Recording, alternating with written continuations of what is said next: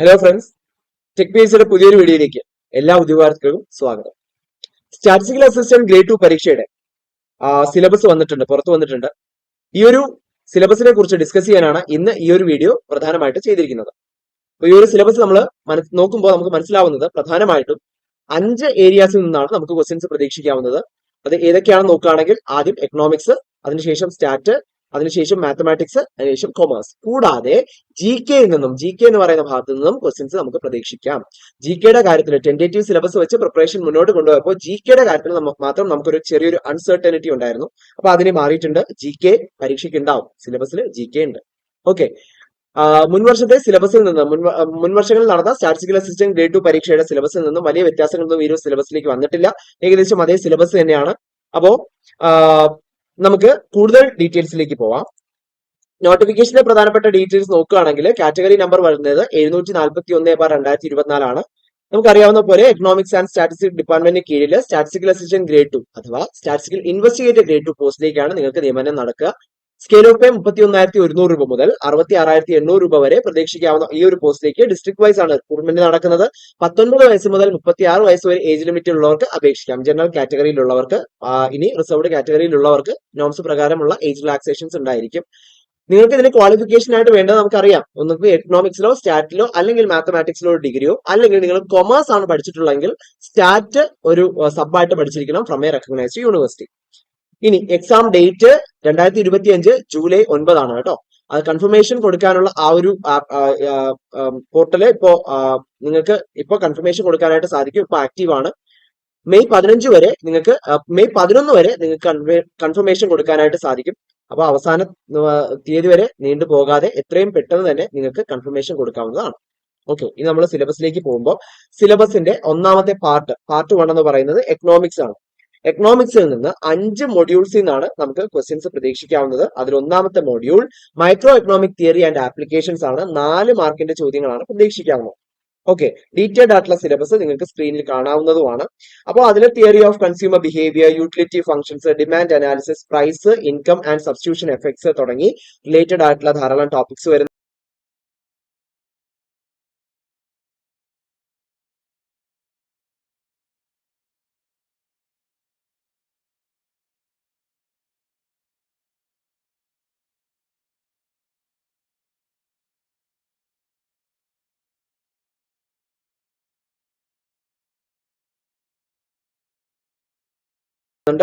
അതുപോലെ തന്നെ theory of cost and production, traditional and modern theories of cost, production function തുടങ്ങിയ related topics.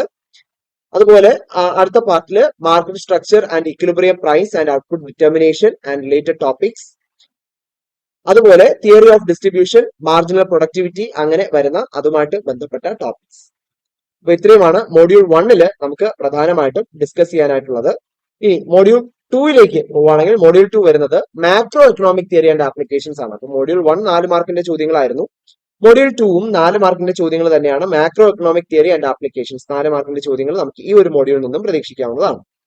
Okay, അപ്പൊ അവിടെ നമുക്ക് national income accounting, classical and Keynesian analysis of macro aggregates തുടങ്ങി related ആയിട്ടുള്ള topics, നമുക്ക് ധാരാളം ടോപ്പിക്സ് ഉണ്ട്. അതെല്ലാം ഇങ്ങനെ വരുന്നുണ്ട്. ഓക്കെ, അത് നിങ്ങൾക്ക് സ്ക്രീനിൽ കാണാനായിട്ടും സാധിക്കും.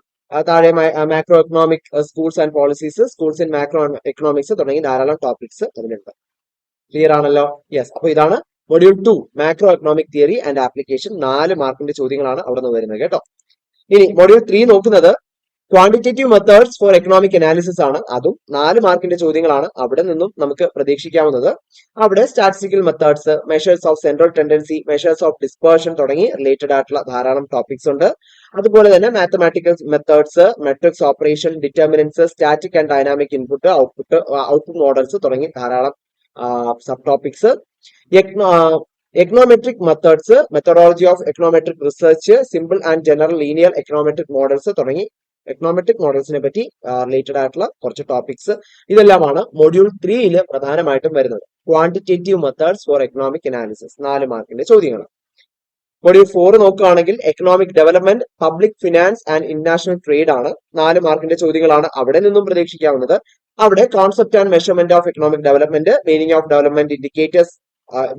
ഡെവലപ്മെന്റ്, ഇൻഡിക്കേറ്റേഴ്സ് ഓഫ് ഡെവലപ്മെന്റ്, തുടങ്ങി റിലേറ്റഡ് ആയിട്ടുള്ള ധാരാളം ടോപ്പിക്സ്. ഇനി theories of economic growth, classical theories, new classical growth theories, partial theories of growth തുടങ്ങി റിലേറ്റഡ് ആയിട്ടുള്ള ടോപ്പിക്സ്. അതുപോലെ തന്നെ money and banking, public finance, theories of international trade, theories of അത് ഏതൊക്കെ തിയറീസ് ആണ്, സ്മിത്ത്, റിക്കാർഡോ തുടങ്ങി ധാരാളം തിയറീസ് ആൻഡ് റിലേറ്റഡ് ടോപ്പിക്സ്. അപ്പൊ ഇത്രയും ഭാഗമാണ് module 4 economic development, public finance and international trade എന്ന ഭാഗത്ത് നിന്ന് വരുന്നത് 4 മാർക്കിന്റെ ചോദ്യങ്ങൾ. ഓക്കെ, ഇനി അടുത്തത് 5ാമത്തെ മൊഡ്യൂളാണ് development experience of India and Kerala, 4 മാർക്കിന്റെ ചോദ്യങ്ങൾ. അവിടെ നിന്നും growth and structural changes of Indian economy, growth and sector wise contribution to GDP and employment, demographic features, development strategies in India തുടങ്ങി ധാരാളമായിട്ടുള്ള ടോപ്പിക്സ്, റിലേറ്റഡ് ആയിട്ടുള്ള ടോപ്പിക്സ് അവിടെ ഉണ്ട്. നീതി ആയോഗിനെ പറ്റിയെല്ലാം ഇവിടെയാണ് നമ്മൾ പഠിക്കുന്നത്. Economic policy and development in India, ഇന്ത്യയിലെ എക്കണോമിക് പോളിസിയും മറ്റ് ഡെവലപ്മെന്റും. അപ്പോൾ അതുമായിട്ട് issues and policies in agriculture, industry, trade, infrastructure തുടങ്ങി ധാരാളമായിട്ടുള്ള റിലേറ്റഡ് ടോപ്പിക്സ് നിങ്ങൾക്ക് സ്ക്രീനിൽ കാണാനായിട്ട് സാധിക്കും. ഓക്കെ, അടുത്തത് കേരളാസ് എക്കണോമിക് ഡെവലപ്മെന്റ് ആണ്. ഇതിൽ അടുത്ത പാർട്ട് എന്ന് പറയുന്നത് കേരളത്തിന്റെ എക്കണോമിക് ഡെവലപ്മെന്റ് ആണ്. അവിടെ Kerala model of development, poverty ആണ് unemployment in Kerala, structural changes in Kerala's economy തുടങ്ങി ധാരാളം സബ് ടോപ്പിക്സ് അവിടെയും നമുക്ക് പഠിക്കാനായിട്ടുണ്ട്. ഓക്കെ, എല്ലാം പഠിക്കാനായിട്ടുണ്ട്. ഡീസെൻട്രലൈസേഷൻ ആൻഡ് അച്ചീവ്മെന്റ്സ് തുടങ്ങി ധാരാളം ടോപ്പിക്സ് അവിടെയും ഉണ്ട്. ഓക്കെ, അപ്പൊ ഇത്തരത്തില് 5 മൊഡ്യൂൾസ് ആണ്. 5 മൊഡ്യൂൾസിൽ നിന്നും 4 മാർക്കിന്റെ ചോദ്യങ്ങൾ, അങ്ങനെ ആകെ മൊത്തം 20 മാർക്കിന്റെ ചോദ്യങ്ങളാണ് പാർട്ട് 1. പാർട്ട് 1 ഏതായിരുന്നു? എക്കണോമിക്സ് ആണ്. അപ്പോൾ ഇതിൽ നിന്നും നമുക്ക് പ്രതീക്ഷിക്കാവുന്നത്. ഇനി നമുക്ക് 2ാമത്തെ പാർട്ടിലേക്ക് പോവാം. 2ാമത്തെ പാർട്ട് വരുന്നത് മാത്തമാറ്റിക്സ് ആണ്. മാത്തമാറ്റിക്സിൽ നിന്നും 5 മൊഡ്യൂൾസ് ആണ് ഉള്ളത്. മാത്തമാറ്റിക്സിലും എക്കണോമിക്സിലെ പോലെ തന്നെയാണ് 5 മൊഡ്യൂൾസ്. ഈ ഓരോ മൊഡ്യൂൾസിൽ നിന്നും 4 മാർക്കിന്റെ ചോദ്യങ്ങൾ വീതം പ്രതീക്ഷിക്കാം. അതിൽ ഒന്നാമത്തെ മൊഡ്യൂൾ 1 കാൽക്കുലസ് ആണ്. അവിടെ relations of functions, limit, continuity, differentiation, indefinite integrals and definite integrals, first order differential equation തുടങ്ങി ധാരാളം topics. Module 2 number theory and algebra ആണ് കേട്ടോ. അവിടെ divisibility of numbers, prime factorisation, GCD, LCM, division algorithm, Euclidean algorithm, അതുപോലെ congruence, linear congruence, Euler's totient function, little Fermat's theorem, Euclid theorem, its applications. ഇനി polynomials നോക്കുകയാണെങ്കിൽ polynomials, factorisations, root, groups, cyclic groups, permutation groups etcetera. അപ്പൊ ഇത്രയും topics ആണ് module 2 നമുക്ക് പ്രതീക്ഷിക്കാവുന്നത്. Module 2 നിന്ന് നമുക്ക് question വരുന്നത് ഇത്രയും ടോപ്പിക് ആണ് കേട്ടോ. അടുത്ത മൊഡ്യൂൾ 3 വരുമ്പോൾ ലീനിയർ ആൾജിബ്ര ആണ്. അവിടെ വീണ്ടും ലീനിയർ ഇക്വേഷൻസ്,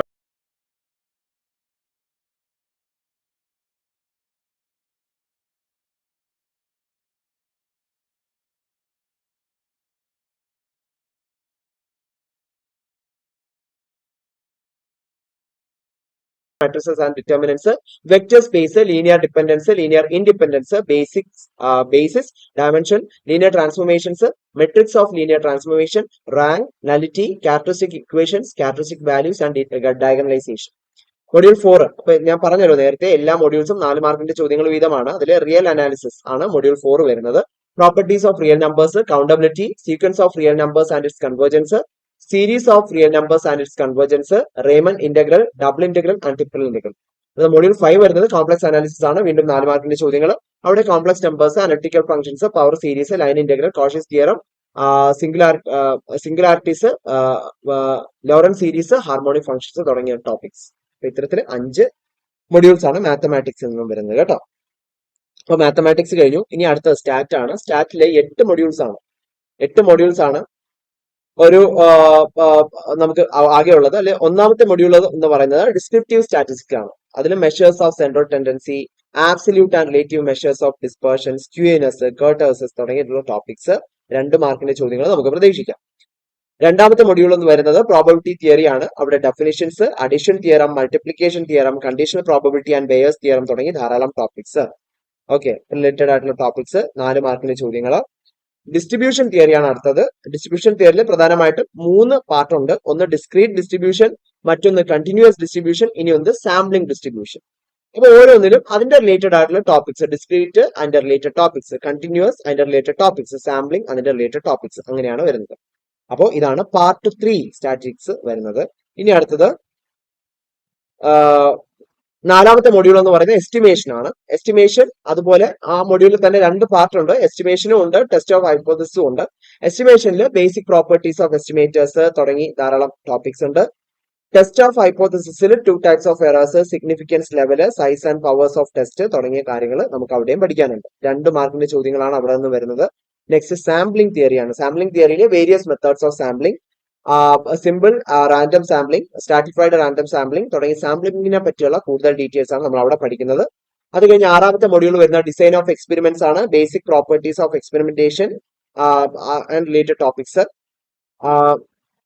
7ാമത്തെ മൊഡ്യൂളിൽ 2 പാർട്ട് ഉണ്ട്. വൈറ്റൽ സ്റ്റാറ്റിസ്റ്റിക്സും ഉണ്ട്, അതുപോലെ ടൈം സീരീസ് അനാലിസിസും ഉണ്ട്. വൈറ്റലില് നമുക്ക് rates and ratios of vital events, mortality and fertility, measurements of mortality and fertility, central mortality rate തുടങ്ങിയ ടോപ്പിക്സ് ആണ് അവിടെ പഠിക്കാനായിട്ടുള്ളത്. ടൈം സീരീസ് അനാലിസിസിൽ നമുക്ക് economic time series and it's different components തുടങ്ങി ധാരാളം റിലേറ്റഡ് ആയിട്ടുള്ള ടോപ്പിക്സ് നമുക്ക് അവിടെയും പഠിക്കാനായിട്ടുണ്ട്. ഓക്കെ, ഇനി അടുത്തത് 8. നമുക്ക് 8 മൊഡ്യൂൾ ഉണ്ടെന്ന് പറഞ്ഞു. അപ്പൊ 8ാമത്തെ മൊഡ്യൂൾ വരുന്നത് എക്കണോമിക് സ്റ്റാറ്റിസ്റ്റിക്സ് ആണ്. അവിടെ index numbers, its definitions, applications and related topics, അതിന്റെ price relatives, link and chain relatives, use of averages തുടങ്ങി ധാരാളം റിലേറ്റഡ് ആയിട്ടുള്ള ടോപ്പിക്സ്. നെക്സ്റ്റ് പാർട്ട് ഇതേ മൊഡ്യൂളിൽ തന്നെ അടുത്ത പാർട്ട് വരുന്നത് ഒഫീഷ്യൽ സ്റ്റാറ്റിസ്റ്റിക്സ് ആണ്. അവിടെ introduction to Indian statistical system and related topics വരുന്നുണ്ട്. ഓക്കെ, 4ാമത്തെ പാർട്ട് വരുന്നത് കൊമേഴ്സ് ആണ്. നമ്മൾ നേരത്തെ പറഞ്ഞ പോലെ കൊമേഴ്സിലും 4 മൊഡ്യൂൾസ് ആണ് ഉള്ളത്. ഓക്കെ, അപ്പോൾ മൊഡ്യൂൾ 1 വരുന്നത് മാനേജ്മെന്റ് കോൺസെപ്റ്റ്സ് ആൻഡ് തോട്ട്സ്, അതിന്റെ meaning and importance of management. ഇവിടെ management levels, nature of management തുടങ്ങി ധാരാളം ടോപ്പിക്സ്, അതുപോലെ തന്നെ ടോപ്പിക്കുകൾ വരുന്നുണ്ട്. മാനേജ്മെന്റ് തോട്ട്, മാനേജ്മെന്റ് തിങ്കേഴ്സ്, അങ്ങനെ റിലേറ്റഡ് ആയിട്ടുള്ള ധാരാളം ടോപ്പിക്സ് അവിടെ ഉണ്ട്. അപ്പോൾ 1ാമത്തെ മൊഡ്യൂൾ വരുന്നത് മാനേജ്മെന്റ് കോൺസെപ്റ്റ്സ് ആൻഡ് തോട്ട്സ് ആണ്. അവിടെ meaning and importance of management ആണ് നമുക്ക് പഠിക്കാനായിട്ടുള്ളത്. 2ാമത്തെ മൊഡ്യൂൾ വരുന്നത്, അപ്പോൾ ഇവിടെ ഒരു കാര്യം പറയാൻ വിട്ടുപോയി, ഇവിടെ ഓരോ മൊഡ്യൂൾസിനും 5 മാർക്കിന്റെ ചോദ്യങ്ങൾ വീതം, അങ്ങനെ ആകെ ഓരോ പാർട്ടിൽ നിന്നും 20 മാർക്കിന്റെ ചോദ്യങ്ങളാണ് ഉള്ളത്. അപ്പോൾ എക്കണോമിക്സിൽ നിന്ന് 20, മാത്സിൽ നിന്ന് 20, സ്റ്റാറ്റിൽ നിന്ന് 20, ഇവിടെ കൊമേഴ്സിൽ നിന്ന് 20, അതുപോലെ GK നിന്ന് 20, അങ്ങനെയാണ് ക്വസ്റ്റ്യൻസ് വരുന്നത്. അപ്പോൾ മൊഡ്യൂൾ 2 വരുന്നത് introduction to accounting, meaning and objectives of accounting, types of accounting തുടങ്ങിയ കാര്യങ്ങളാണ്. അവിടെ ഫിനാൻഷ്യൽ അക്കൗണ്ടിംഗ്, കോസ്റ്റ് അക്കൗണ്ടിംഗ് തുടങ്ങി ധാരാളം റിലേറ്റഡ് ടോപ്പിക്സ് ഉണ്ട്, സ്ക്രീനിൽ കാണാനായിട്ട് സാധിക്കും. മൊഡ്യൂൾ 3 വരുന്നത് financial and capital market, structure of financial and capital market, അതിന്റെ classification, primary and secondary 2 classification ഉണ്ട്. Methods of flotation of capitals, functions of stocks exchange തുടങ്ങി ധാരാളം റിലേറ്റഡ് ആയിട്ടുള്ള ടോപ്പിക്സ് അവിടെയും ഉണ്ട്. നെക്സ്റ്റ് മൊഡ്യൂൾ വരുന്നത് ബാങ്കിങ് തിയറി ആൻഡ് പ്രാക്ടീസ് ആണ്. അപ്പൊ അവിടെ evolution and structure of banking, types of banks in India, public sector banks, private sector banks, അങ്ങനെ ധാരാളം ടോപ്പിക്സ് അവിടെയും ഉണ്ട്. Okay, foreign banks, new generation banks, innovations and reforms of banking sectors, അവിടെ ഓരോ റിഫോംസിനെ പറ്റിയെല്ലാം ഈ ബാങ്കിങ്, മറ്റ് EFT, അങ്ങനെ ധാരാളം ഇന്നോവേഷൻസ് അവിടെ വരുന്നുണ്ട്. അപ്പൊ അങ്ങനെയുള്ള കാര്യങ്ങളെ എല്ലാം കുറിച്ചുള്ള സ്റ്റഡിയാണ് നമ്മൾ മൊഡ്യൂൾ 4 ചെയ്യാനായിട്ട് പോകുന്നത്. ഓക്കെ, അടുത്തത് നമ്മളെ ഞെട്ടിച്ചുകൊണ്ട് ഒരു GKയും കൂടെ ഈ ഒരു സിലബസിൽ അവർ ആഡ് ചെയ്തിട്ടുണ്ട്. അപ്പോൾ GKയുടെ പ്രധാനപ്പെട്ട ടോപ്പിക്സ് എന്തൊക്കെയാണെന്ന് നോക്കുകയാണെങ്കിൽ നമുക്ക് ഇവിടെ പാർട്ട് 5 ആണ്. GK 20 മാർക്കിന്റെ ചോദ്യങ്ങളാണ് ഇവിടെ നിന്ന് വരുന്നത്. അവിടെ ജനറൽ നോളജ്, കറണ്ട് അഫയേഴ്സ്, അതിൽ റെനേസൻസ് ഇൻ കേരള അതാണ് പ്രധാനപ്പെട്ട ടോപ്പിക് വരുന്നത്. Renaissance in Kerala and freedom movement, അവിടെ നിങ്ങൾക്ക് towards a new society, introduction to English education, various missionary organisations and their functioning, founding of educational institutions തുടങ്ങി ധാരാളം ടോപ്പിക്സ് അവിടെ renaissance എന്ന് പറയുന്ന പാർട്ട്. അടുത്തത് അതിൽ തന്നെ സോഷ്യോ റിലീജിയസ് റിഫോം മൂവ്മെന്റ്സ്, അവിടെ നമ്മൾ പല റിഫോം മൂവ്മെന്റ്സ് ഉണ്ടല്ലോ, NSS, SNDP, അങ്ങനെ യോഗക്ഷേമ ശുഭ പോലുള്ള ധാരാളം റിഫോം മൂവ്മെന്റ്സ് ഉണ്ട്. അപ്പൊ അത്തരത്തിലുള്ള റിഫോം മൂവ്മെന്റ്സിനെ പറ്റി നമ്മൾ ഒരു നല്ല ധാരണ ഉണ്ടായിരിക്കുക. അതുപോലെ തന്നെ സ്ട്രഗിൾസ് ആൻഡ് സോഷ്യൽ റിവോർട്സ്, അവിടെ അപ്പർ കോർട്ട് റിവോർട്സ്, ചാനാർ അജിറ്റേഷൻ തുടങ്ങി ധാരാളം കാര്യങ്ങൾ, സ്ട്രഗിൾസും ലഹളകളും അങ്ങനെയുള്ള കാര്യങ്ങൾ, അവിടെ ക്ഷേത്രപ്രവേശനമുള്ള ടെമ്പിൾ എൻട്രി പ്രൊക്ലമേഷൻ തുടങ്ങി ധാരാളം ടോപ്പിക്സ് അവിടെയും പഠിക്കാനായിട്ടുണ്ട്. അപ്പൊ അതിന്റെ സബ് ടോപ്പിക്സ് എല്ലാം നിങ്ങൾക്ക് സ്ക്രീനിൽ കാണാനായിട്ട് സാധിക്കും. ധാരാളം സ്ട്രഗിൾസ് ഉണ്ടല്ലോ, സോഷ്യൽ റിവോർട്സും സ്ട്രഗിൾസും എല്ലാം ധാരാളം ഉണ്ട്. അപ്പൊ അതിനെ പറ്റിയെല്ലാം നല്ലൊരു ധാരണ ഉണ്ടായിരിക്കുക GKയിൽ നിന്ന് വരുന്ന ക്വസ്റ്റ്യൻസ് ആൻസർ ചെയ്യാനായിട്ട്. Next role of press in renaissance ആണ്. അവിടെ മലയാളി, സ്വദേശാഭിമാനി തുടങ്ങി ധാരാളം പ്രസ്, മീഡിയ തുടങ്ങിയ കാര്യങ്ങൾ, അതിന്റെ റോൾ നമ്മുടെ റിനേസൻസിൽ, നവോത്ഥാനത്തിന് ഇതിന്റെ റോൾ എത്രത്തോളം ഉണ്ടായിരുന്നു തുടങ്ങിയ കാര്യങ്ങളെല്ലാം നമ്മൾ അറിഞ്ഞിരിക്കണം. അതുപോലെ അവേക്കനിങ് ത്രൂ ലിറ്ററേച്ചർ, അവിടെ നോവൽ, ഡ്രാമ, പോയട്രി, ഇങ്ങനെയുള്ള ലിറ്ററേച്ചറിലൂടെ, സാഹിത്യത്തിലൂടെ നമുക്കൊരു ഉണർവ് ഉണ്ടാക്കാനായിട്ട് ഉള്ള പല മൂവ്മെന്റ്സും ഉണ്ട്. അപ്പൊ അത് എന്തായിരുന്നു എന്ന് നോക്കണം. വുമൻ ആൻഡ് സോഷ്യൽ ചേഞ്ച്, അവിടെ പേരെടുത്ത് തന്നെ പറയുന്നുണ്ട്.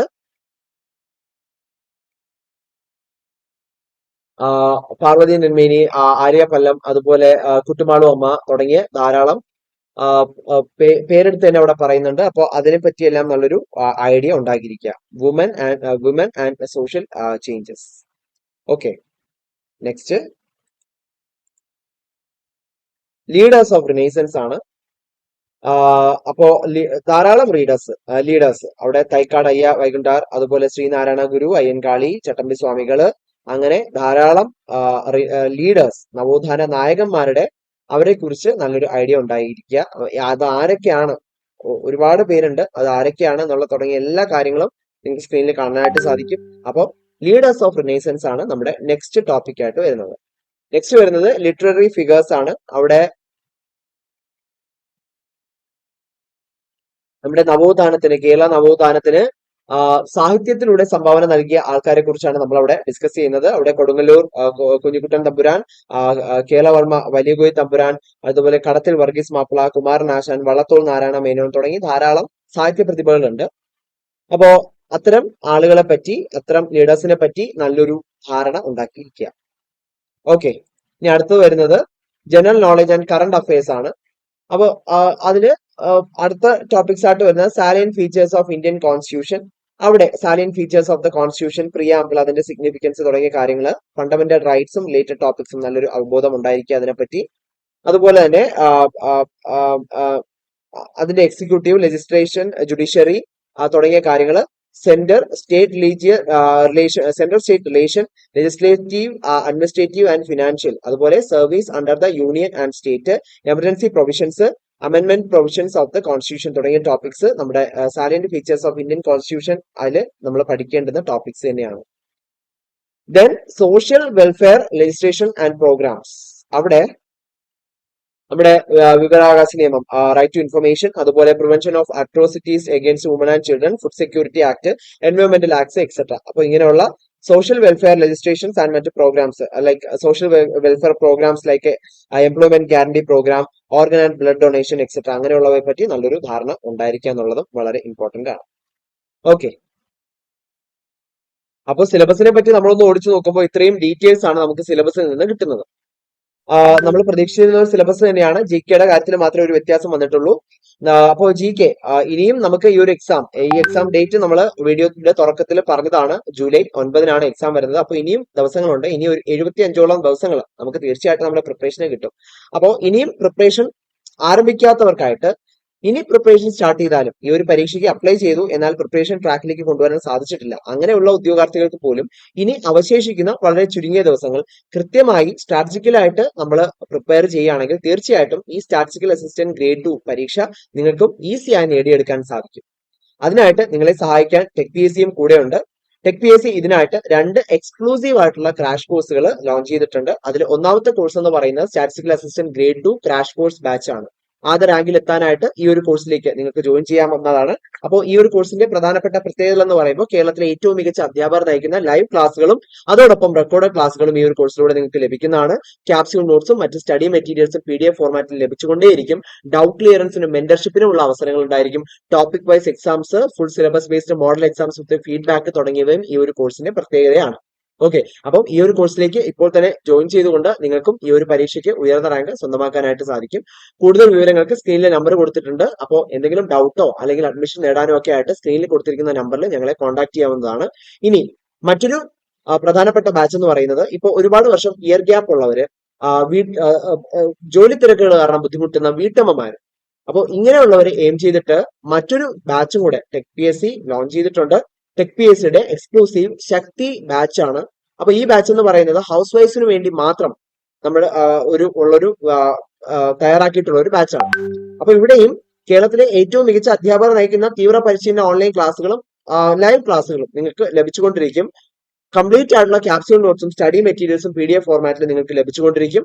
ഓക്കെ, അപ്പോ എക്സാം തീയതി വരെ നീണ്ടു നിൽക്കുന്ന ലൈവ് സെഷൻസും റെക്കോർഡ് സെഷൻസും എല്ലാം ഉണ്ടായിരിക്കും. അപ്പോൾ ഒരു ലൈവ് സെഷൻ കാണാൻ പറ്റിയില്ല, നിങ്ങൾക്ക് തിരക്കുകളാണെങ്കിൽ യാതൊരു കുഴപ്പമില്ല.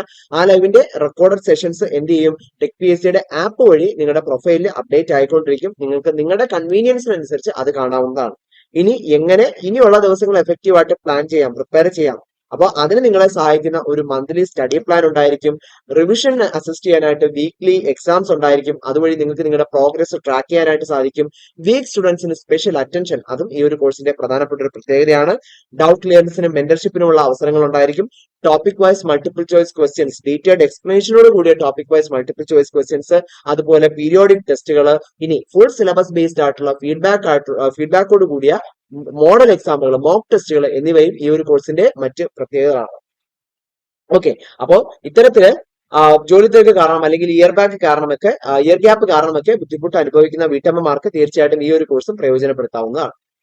ഓക്കെ, അപ്പോൾ ഈ ഒരു പരീക്ഷയ്ക്ക് തയ്യാറെടുക്കുന്ന എല്ലാവർക്കും ടെക് പി എസ് സിയുടെ വിജയാശംസകളും നേരുകയാണ്. Thank you so much.